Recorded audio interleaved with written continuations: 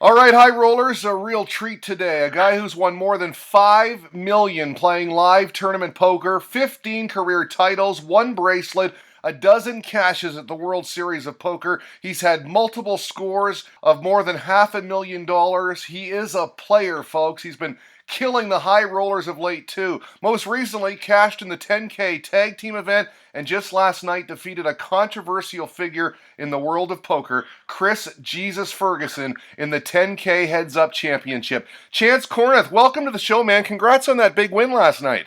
Hey, thanks, Derek. Appreciate it. You tweeted out, quote, playing Chris Ferguson in round 2 of the 10K Heads Up, already feel the support from the poker world, LFG for let's fucking go. What did you think about your matchup, and did you really feel some extra tension? Was it palpable at the table for you? As far as like the tension at the table, Chris is actually like a really nice guy, and like I actually knew him before the Full Tilt scandal, so there wasn't any like personal animosity there. But as far as like the poker community, if I would have lost to him, I have a feeling that I would have got a little shit from my peers.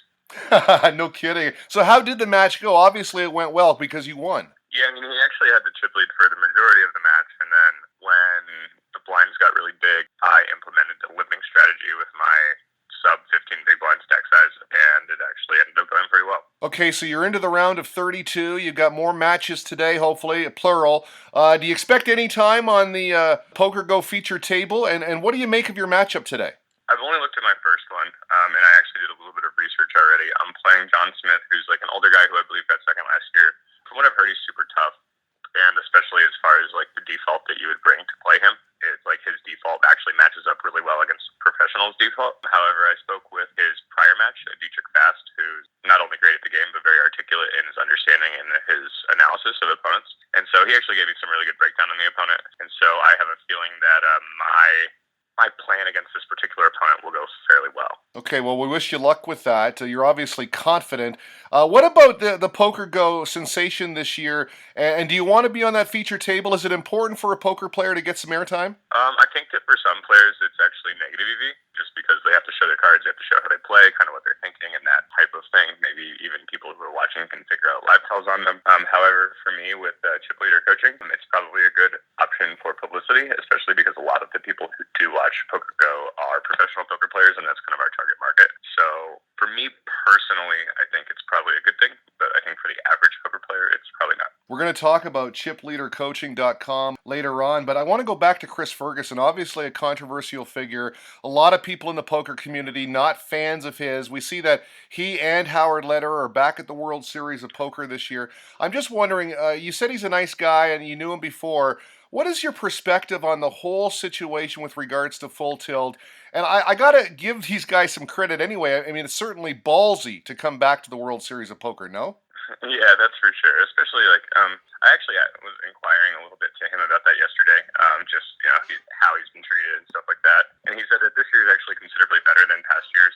I think that now that Full Tilt has paid via DOJ and PokerStars, that he has a little bit more leeway. While the balances were still on hold, I have a feeling that he was just treated absolutely horribly. But as far as my personal opinion on him, I would have to say that it's very unlikely he didn't at least have some inkling of what was going on, and whether or not he chose to remain ignorant to the fact because of the amount of money he was getting, probably doesn't necessarily make him a good person in that regard. But I also think that you'd have to ask yourself, like, if you were just getting heaps and heaps of millions of dollars, would you want to ask questions or would you just take it? And so I think that it is like kind of a weird gray area, and I definitely don't think that he probably didn't do the right thing.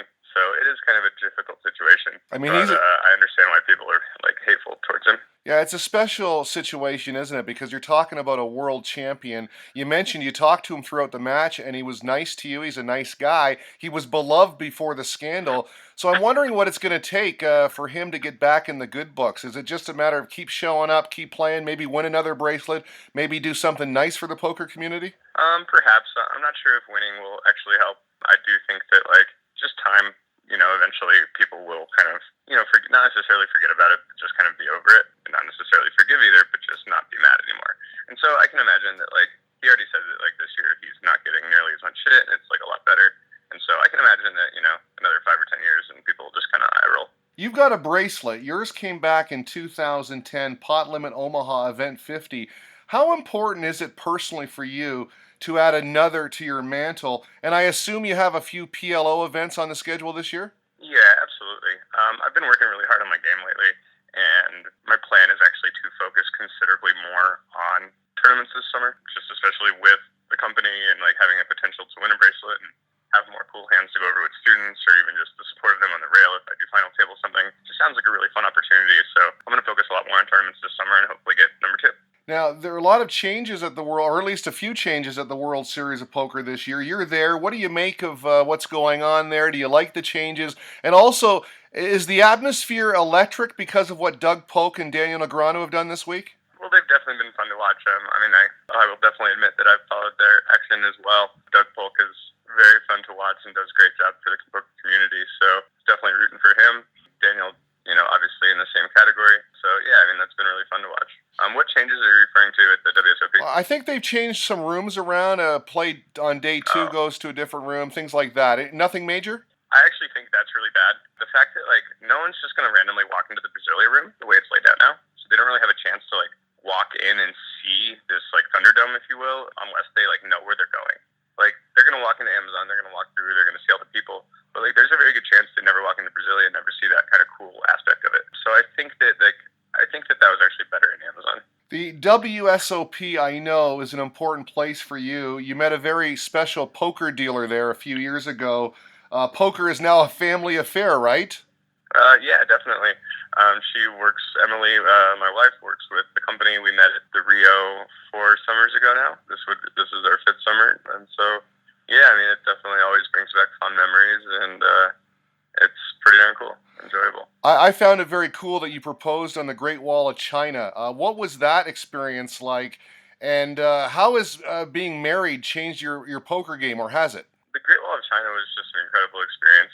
Getting a chance to go to where she grew up and propose there is it was so fun for me and definitely one of the coolest days of my life. And then as far as how it's changed my poker game, I've kind of been focusing less on high stakes cash, where the risk reward is obviously both are much higher, and just kind of more focusing on tournaments and where the risk is lower and the reward is slightly lower. And so it's definitely a better opportunity, more investment, more thinking about the future, and just kind of trying to build a plan for the future as opposed to thinking about everything one day at a time. I mentioned off the top that you cashed in the tag team event. That's a relatively new event at the World Series of Poker. What's your take on it? Is that one of the more fun events, or is it more pressure because you're playing with a partner? I think that it does have some really cool dynamics. As far as the fun level, it's way more fun. There was a spot where I picked off a big bluff, and my teammate was sitting right behind me, and so and we went on break, so it was perfect to high five and chat about it and have fun before I tagged him in. And then there is some different dynamics though, as far as I don't necessarily want to 5-bet shove in a spot where I might be totally okay doing it if it's just me. But if I 5-bet shove the 7-8 suited and how'd you bust? Your teammate asks. So it's well, yeah, I just went all in with 8 high for 40 big blinds, 50 big blinds. It just doesn't sound as good. And so I think that the dynamics of having to report to someone is a little bit different as well. So it's cool. Yeah, I imagine it's got to be scary when your holding is not that strong and you're trying to pick off a bluff with your partner watching. There's some added pressure there because what if you're wrong? Yeah, absolutely, and it's you can just look like such a hero or such a zero, and so I definitely think that it has unique dynamics that are cool to play with. Well, listen, doing research for this interview today, I came across a lot of pictures of you, and you always seem to have the Run Good gear on. Can you talk about your affiliation with Run Good gear and also about your very cool website? I checked it out today, and it's very nice looking, man. It's streamlined. It looks great. It's chipleadercoaching.com. Talk about those two affiliations. I'm going to start with Run Good. I've been with Run Good for a long time. They have some tournament stops in central U.S. They're a growing company, great people to work with, and I've been friends with Tana and Gardy and a few of the other people that have been, the builders of Run Good since the very beginning. And so my friendship with them has made it enjoyable for me to stay with the company and, feel proud to advertise their gear. And as far as chip leader coaching, we just take mid-stakes players who really want to take their game to the next level and just kind of, not necessarily hold their hand, but we give them individual training and group sessions, hand history review, and then also the members area with all the content and all the videos we've ever made. And so it's currently just a private site for mid-stakes grinders. And won the first chip leader coaching bracelet last night in the 1K tag team. So it was really cool to actually have someone that you've talked to poker with, that you've helped in certain ways, and then they win the bracelet the very first summer. So it's been awesome. Is this the team from India, the very first Indian bracelet? Yeah.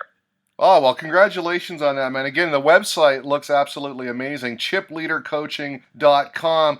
Again, you've got John Smith today. You talked about it earlier. You stay up to date on things. You work hard at your game. You obviously had great success. Confidence comes into it. This guy made a deep run last year. I think he said he finished second.